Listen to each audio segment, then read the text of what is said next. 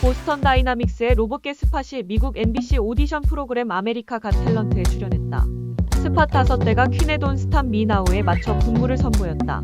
팔을 흔들고 가사에 맞춰 포즈를 취하며 정교한 동작을 구현했다. 중간에 한 대가 주저앉아 관객이 놀랐지만 공연 후 점검을 거쳐 다시 일어섰다. 연구원은 만들고 부수고 고친다고 설명했다. 심사위원 4명 모두 예스를 선택해 스팟은 다음 라운드에 진출했다. 연구진은 춤 동작 특화 소프트웨어로 감정 표현을 구현했다고 밝혔다. 보스턴 다이나믹스는 2019년 스팟을 출시했다. 스팟은 산업 현장뿐 아니라 지난해 트럼프의 말어라고 리조트 경우에도 투입됐다. 미국 원정기업 오클로가 알래스카 아일슨 공군기지에 원전 설치 계획을 밝히며 29.48% 급등했다. 계약은 아직 체결되지 않았지만 공군으로부터 허락을 받아 조만간 성사될 것이라고 밝혔다. 오클로는 한국의 한수원과 기술 개발을 위한 MOU도 체결해 주가 상승에 힘을 더했다. 젠슨 황 엔비디아 최고 경영자가 유럽 AI 컴퓨팅 용량이 10배 증가할 것이라고 언급한 점도 긍정적인 영향을 미쳤다. AI 확산에 따른 데이터 센터 전력망 수요 증가로 원전에 대한 수요도 덩달아 급증하며 원전 관련주가 강세를 보였다. SMR도 20.41% 급등했고 컨스털레이션 에너지, GE버노바, 비스트라, 버티브 홀딩스 등 전력망 기업들도 동반 상승했다. 정부가 대북 확성기 방송을 중단하자 북한이 대남 소음 방송을 멈췄다. 12일 군에 따르면 북한 소음 방송 청취 지역이 없다고 밝혔다. 대북 확성기 방송은 작년 6월 북한의 오물풍선 살포 이후 1년간 이어져 왔으며 상호 방송 중단으로 대화의 최소한 토대가 마련됐다는 분석이 나왔다. 정부는 9.19 군사합의 복원 가능성을 검토하고 있으며 이재명 대통령은 후보 시절 군사합의 복원을 공약했었다. 군사분 개선 인근 비행금지 사격훈련 금지 완충 수역 설정에 9.19 군사합의는 2018년 체결됐었으며 북한은 2022년 이후 합의를 위반했다. 한국은 2023년 11월 북한의 정찰위성 발사 후 합의 일부 효력을 정지했다. 이후 북한도 전면 파기를 선언했다. 정부는 이번 북한 태도에 따라 복원 여부가 결정될 전망이다.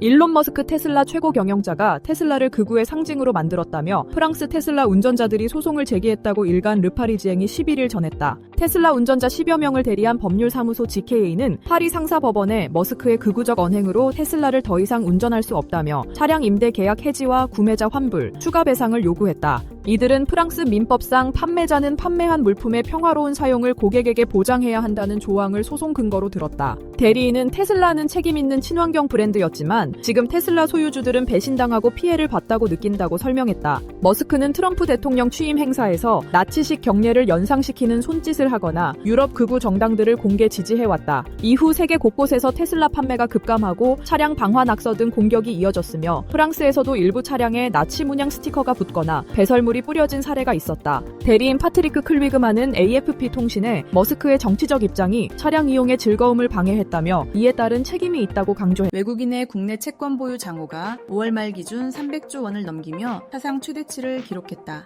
외국인 투자자는 5월 중 국채 15조 3,830억 원, 통한증권 8,390억 원, 기타 채권 320억 원을 순매수했다. 총 규모는 16조 5,480억 원에 달한다. 그러나 채권 거래량과 발행 규모는 오히려 전월 대비 큰 폭으로 줄었다. 국고채 3년물부터 10년물까지 전 구간에서 금리가 일제히 상승했다. 금투협은 미국 FOMC의 금리 동결, 관세정책 불확실성 완화, 미국 신용등급 강등 등 다양한 글로벌 요인이 국채 금리 상승에 영향을 미쳤다고 분석했다. 반면 CD 수익률은 기준금리 인하 영향으로 12bp 하락한 2.59%를 기록했다.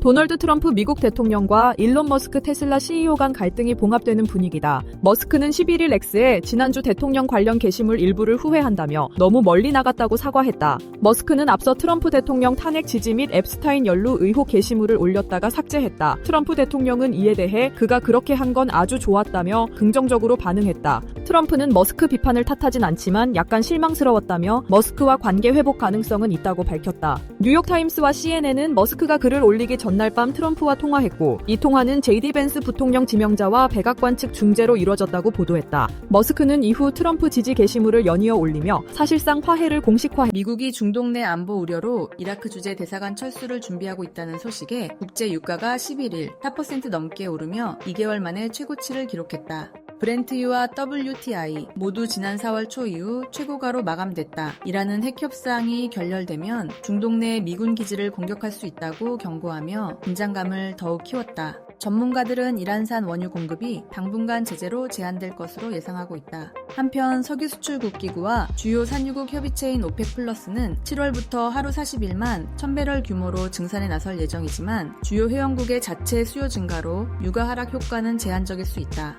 미중 무역 합의 소식도 유가 상승에 긍정적 영향을 줬으나 실제 수요 회복 여부는 여전히 불확실하다는 지적이다.